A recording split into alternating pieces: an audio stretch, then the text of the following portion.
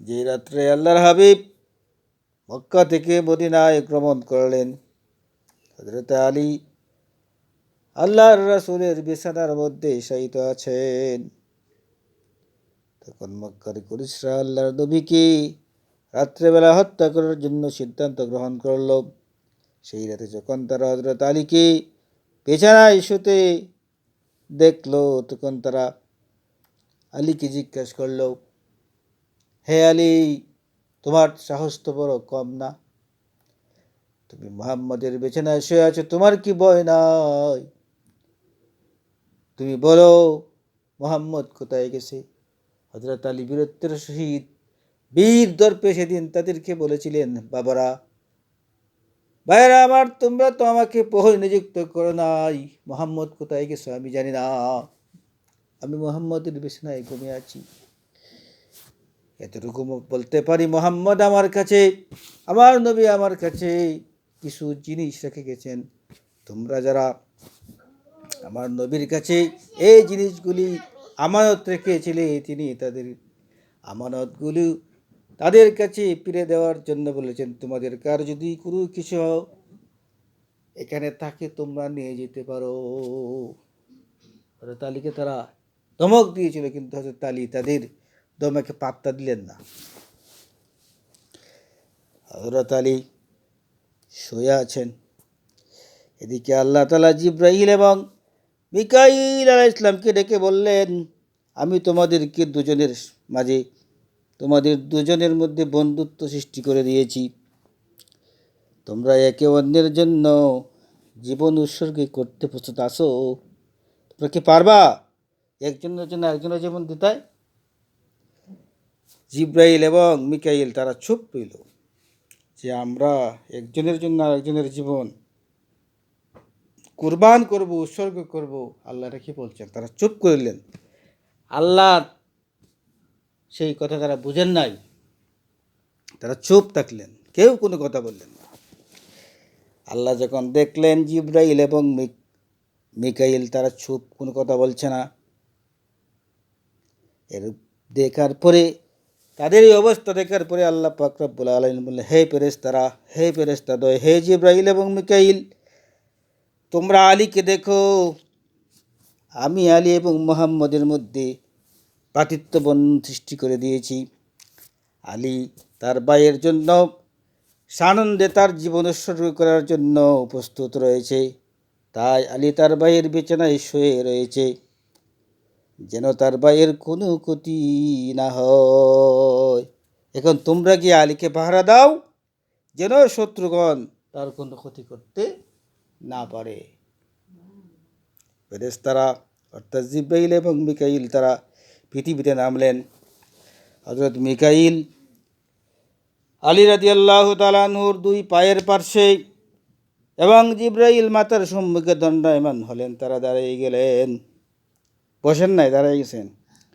হযরত জিব্রাইল বললেন, হে আবু তালেবের পুত্র, আজ তোমার ন্যায় এই পৃথিবীতে কে আছে যে আল্লাহ তাআলা ফেরেশতাদের সম্মুখে তোমার সম্পর্কে গল্প করতেছেন, আর তুমি এখানে সুখ নিদ্রায় নিদ্রিত, তুমি খুব আরাম করে ঘুমাইতেছ।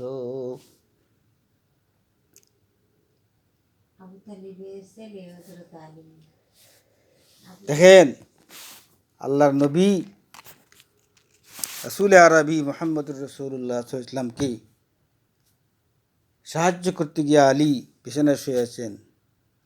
আলীর সেই বিসর্জনটাকে আল্লাহ কবুল করে নিয়েছেন। আলীর ব্যাপারে আল্লাহ দুই ফেরেশতা জিবরাইল এবং মিকাইলকে পাঠিয়ে দিয়েছেন, এবং ফেরেশতাদের জগতে আল্লাহ পাক রব্বুল আলামিন আলীর আলোচনা করতেছেন। আলী এবং মুহাম্মদ আল্লাহ রাসূলের মধ্যে যে ভ্রাতৃত্ব, তাদের মধ্যে যে বন্ধন, তারা যে দুই ভাই, চাচাতো ভাই, তাদের এই ভ্রাতৃত্বকে আল্লাহ পাক রব্বুল আলামিন ফেরেশতা জিবরাইল এবং মিকাইলের মধ্যেও আল্লাহ দেখতে চান, যে তোমরা কি এক ভাইয়ের জন্য আরেক ভাইয়ে উপকার করতে জীবন দিতে রাজি আছো? তাহলে তোমরা যাও, যে আলীরে ফাড়া দাও, এখানে গিয়ে দেখিও তোমরা। দেখেন, এই আল্লাহ রাসূলের হিজরতের রাতের ঘটনাকে আল্লাহ পাক রব্বুল আলামিন ফেরেশতাদের মাঝে আলোচনা করতেছেন। ওই মদিনার ফতিরে আমার, ওই মদিনার পতি।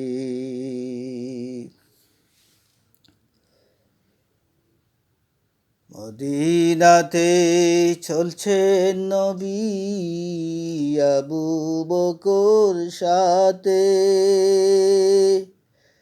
বিছানায় রাখিয়া গেলেন হযরত আলীকে রে আমার, ওই মদিনার পতি। আবু বকর চলছেন সাথে মদিনার পাহানে, শত্রুর বয়ে ঢুকলেন তারা ওই পাহাড়ের গুহারি পানে। সর্প হয়ে সে দংশন করলো আবু বকরের পায়, সে বিষ ফানি হলো নবীজির তুতু মুবারকের আমার, ওই মদিনার পতি।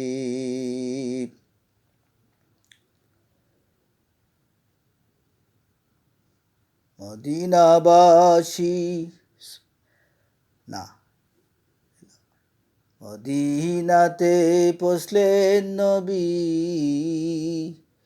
সহি সালামতে, মদিনাবাসী হইল খুশি, মদিনাবাসী হইল খুশি, বরণ করলো খুশি মনে রে আমার, ওই মদিনার পতি, ওই মদিনার পতি রে আমার, ওই মদিনার পতি।